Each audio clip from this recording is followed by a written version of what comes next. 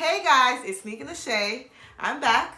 I took an unexpected hiatus because life is just rough. However, I am back, but I will not be making videos on a consistent basis because I am in the last year of my graduation program. It's very intense right now, more than ever. So it's kind of gonna be on whenever I get the chance to do so. However, please make sure you turn on your bell notifications so that you can get notified of when I do end up posting something. If you're new here, welcome.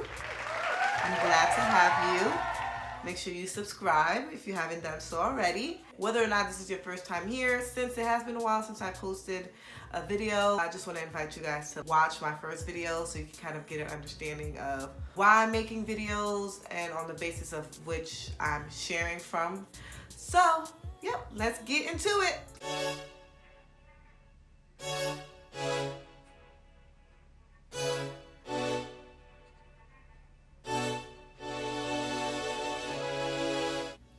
So today what I'd like to talk to you guys about is really kind of, if I had to put it into one word, would be being present, which is actually two words, being present.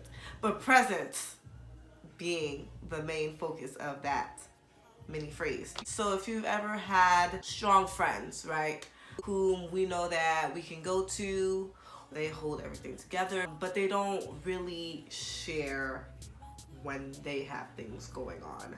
So this is kind of a video to kind of help break out of that, and if you just have a strong friend, how to make sure that you are present and available for them as well, so that they're not essentially battling and going through things alone, which can be very, very difficult. So the first thing I want to talk about before I get into this topic is really understanding what vulnerability is and how it varies from person to person. So being vulnerable is just someone putting themselves out there to be exposed and not really knowing like what you're going to do with that information. However, what might be vulnerable for you may not be vulnerable for the next person. The best example of that would be if you're one who's really good at expressing yourself emotionally. You may not consider that to be so vulnerable because it's just something that's natural for you, which is great. However, there are some people who are not as comfortable speaking about their emotions. So it's very important to be aware of that when we are just being a friend to someone who's sharing something with you. I know oftentimes we like to just joke around and throw a joke at somebody, and you never know, you throwing a joke might be the wrong time or the wrong topic, and they will roll with it, but at the same time, they just shared something very deep and personal, and you pretty much shut them down instead of allowing whatever it is that they wanted to share to happen. In a nutshell, if I'm a nudist and I'm just okay with being naked and exposed, to you, you're not as comfortable with nudity, so you're just thinking to yourself like, oh my gosh, this person is like, they're being very vulnerable. But to them, it's just kind of like, yeah, like, I really love being naked and I just really don't care. That's where it's good to find a balance, essentially, because I'm okay being naked and you're not, so you see it as, oh, they're being vulnerable and transparent, and they're just like, yeah, I'm just being myself, so it's really not that big of a deal. Now that I got that out of the way, the next thing I want to talk about is the aspect of really being present in those moments that vulnerability comes up in conversation. So there's a difference between listening to respond and listening to understand. 9 times out of 10, people are listening to respond as opposed to listening to understand. And not that listening to respond is necessarily a bad thing. You have to just be mindful of that as far as that person sharing and like really being there for them and with them, as opposed to just trying to like drive by it, essentially. An example that I would have of that would be somebody is expressing or sharing something with you, whether it be something as small as stubbing their toe or something as big as a loss of some sort. It's very easy for us to just think like,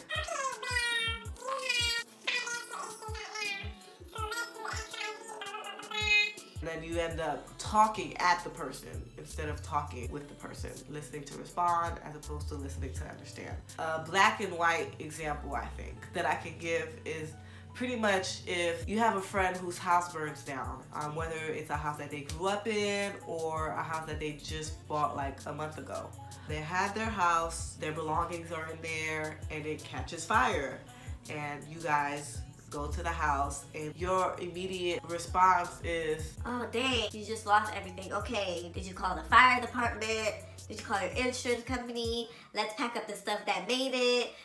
Bruh. You have like all of these plans, and not that these plans are not good plans, you know, they're very beneficial to put into practice and to get this resolved, but at the same time, are you being present in that moment, or are you just looking futuristically of how can we move past this? Because at the end of the day, my house just burned down and I'm sad, you know what I mean? Or I may have whatever emotions that I'm going through, and the last thing that I want is to be talked at, as opposed to like you being with me, really understanding, wow, you lost some things with sentimental value. It may not be the house itself. If it is the house that you grew up in, it's like, oh, all these memories are now coming back up. Or I have sentimental values like my album or something that I've carried that someone deceased gave to me, or my grandparents or whatever. You just trying to skip by the moment to find a solution, though it's coming from a good place. You're also not allowing yourself to be there with that person. So oftentimes when people are sharing things with you, it's very important for you to be present, and sometimes instead of pushing them towards encouragement, which is fine, instead of pushing them, like just really taking their hands and walk with them through whatever the situation or circumstance would be, from a house burning down or them opening up to you about something that may seem mundane to you but is very deep and personal to them, because again, people's vulnerability levels are different. So if you've ever experienced that yourself, or if you relate to this in any way, shape, or form, please share this video if it's helpful to you in any way, or if anybody comes to mind in watching this, please share. If you have any questions, comments, or concern, if you'd like for me to elaborate on anything further, make sure you comment wherever they put the comments now. So thanks for watching, and I look forward to seeing you guys next time.